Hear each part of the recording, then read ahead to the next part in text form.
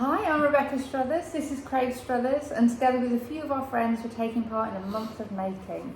Now the aim is to get as many people as possible thinking about making at least one Christmas present this year, and our suggestion is going to be a Zoetrope.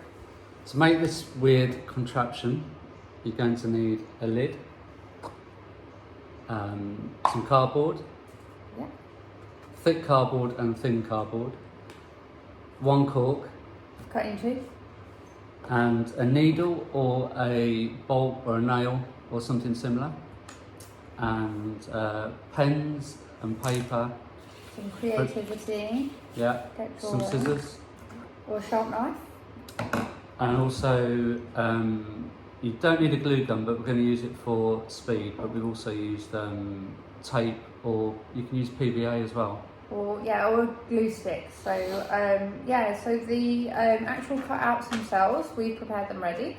But if you follow a link at the bottom of this video, you'll find there's templates online you can download, print off, or with dimensions that you can use to draw this up yourself. Okay, let's get started.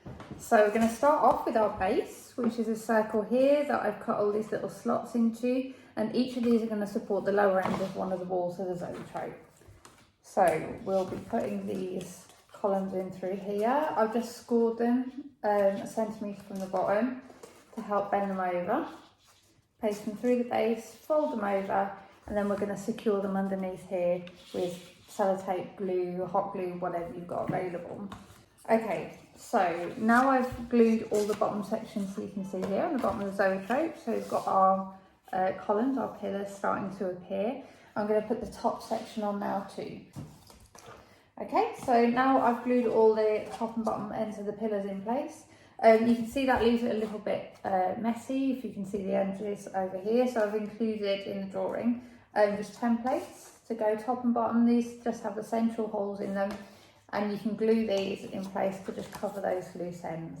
And then we're ready to start mounting it onto the actual pivoting base. Okay, so to start making the base, we've made this bit out of corrugated card just so it's nice and thick and as stable as we can get it. I've cut out two pieces that I'm going to glue together just to make it really strong, and then your opposite section so the two slot together.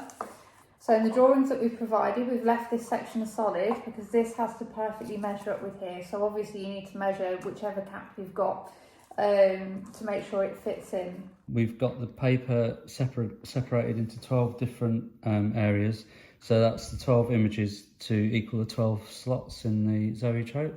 For my Christmas balloon man, I'm going to draw around a coin, and in each section move it up and down slightly, so obviously when it's rotating it will be animated.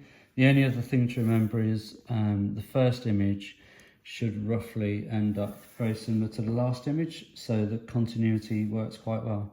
And I'm just using a coin just to keep the make it easy to draw something simple and keep the image similar in each frame. So the Zoetrope itself was invented in the 1800s, and there's been many variations on it. Over time you can experiment with different pictures and ideas, but as you can see, that's generally what happens. The image changes slightly as it moves over the 12 different frames, and because of the 12 slots in the Zoetrope, I think basically it's just tricking the mind into thinking it's a single moving image, but it can vary a little bit on how well it works, depending on the image and how good they are, I suppose. Okay, so here we go. I've got the base put together now. We've got the double-sided corrugated card, so it's really nice and stable. All we need to do next is fit the bearing and put our cap in here. For the bearing, we used, as we said earlier, a cap off like paint or polish, and you can either drill a small hole in the top or you can use a hot needle. So basically the bearing is the cork we showed you earlier, which goes either side of the lid. The pin goes through the middle of the cork. We put the flat end of the cork inside the lid. So just to show you roughly, that goes inside there. That spins on the cork, and that end of the cork goes into the actual frame of the Zoetrope, and then that will sit on top of the other side of the needle. So it'll be able to spin freely on top like that.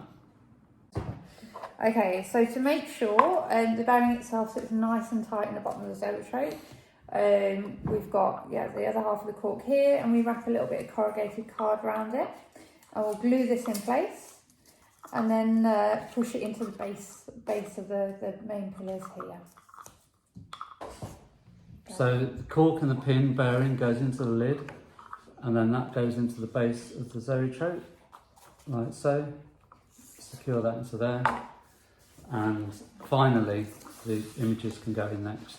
When you put them in, you can tack them in with a bit of sellotape just to make sure it doesn't keep slipping around, and that way you can remove them and keep putting different ideas or drawings that you want to do. Okay, time to try it out. Time to see it working.